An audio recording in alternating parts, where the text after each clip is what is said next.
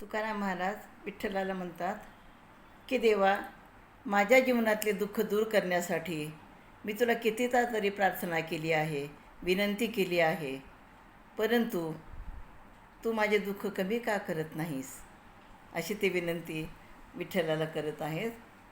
असो आता किती तुझे यावे काकुलती, माझे प्रारब्ध हे गाडे, तू बापुडे तयापुढे, सोडविन आता ब्रीद तुझे पंढरी नाता, तुका म्हणे बळी तो गाड्याचे कान पिळी.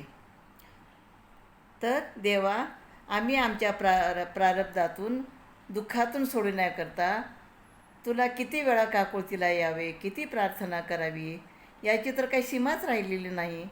किती वेळा मी तुला प्रार्थना केलेली आहे, पण माझे प्रारब्ध फारच बलवान आहे.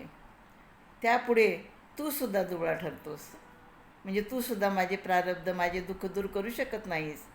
हे पंढरीनाथा, माझे दुःख नाहीसे करण्यास तू असमर्थ ठरला आहेस.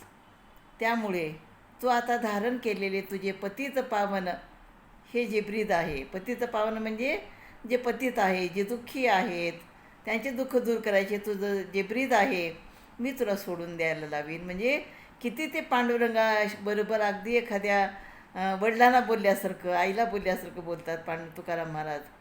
तुकाराम महाराज म्हणतात, जो बळी असतो तो दुर्बळाचे कान पिळतो, असा नियमच आहे. आणि म्हणून म्हणतात की हे जे प्रारब्ध आहे ते बलवान आहेत, आणि प्रारब्धामधले जे दुःख आहेत ते भोगावेच लागतात.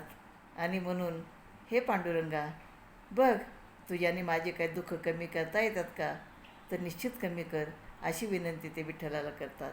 रामकृष्ण हरी.